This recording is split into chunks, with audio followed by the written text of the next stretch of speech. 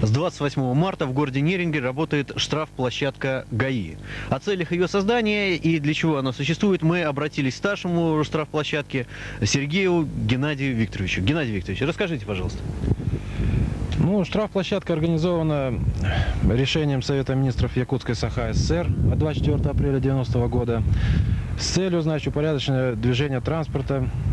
Управляем водителей без водительского удостоверения и регистрационных документов на машины.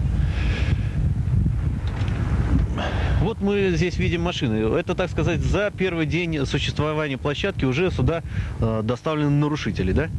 Да, с сегодняшнего дня площадка работает. Это те товарищи, которые управляют без данных документов, названных мною ранее. Геннадий Викторович, а вот, допустим, уже, скажем, машина сюда нарушителя доставлена. Что, так сказать, стоит это уже нарушителю? Нарушителю это стоит первые 5 суток и сутки 10 рублей. Автомашина здесь будет находиться. Второй раз, когда будет задержана машина будет стоять 10 суток. Оплата 10 рублей производится. По истечении 6 месяцев автомобиль не востребован, продается через комиссионный магазин. А скажите, как раньше решался этот вопрос? То есть нарушители были, штрафплощадки не было. Какие были проблемы?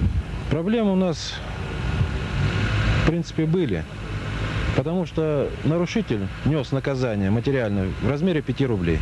5 рублей, 5 да, рублей. За нарушение. Да. А сейчас, так сказать, уже ужесточились меры. В общем, возможно, как-то это скажется на нарушителях, да? Это скажется на нарушителях. Сейчас подходит период, летний период, сейчас мотоциклы выйдут. В основном не имеют водительского удостоверения.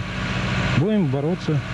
И еще такой вопрос. Вот я смотрю, площадка довольно-таки хорошо огорожена. То есть ГАИ, ставя сюда машину нарушителя, в общем-то, несет уже ответственность за ее сохранность, да? Да, охраняют наши сотрудники госавтоинспекции. Вот сделан пост как раз, да, который охранный. Да, помещение. Это помещение, рация установлена и сотрудники вооружены.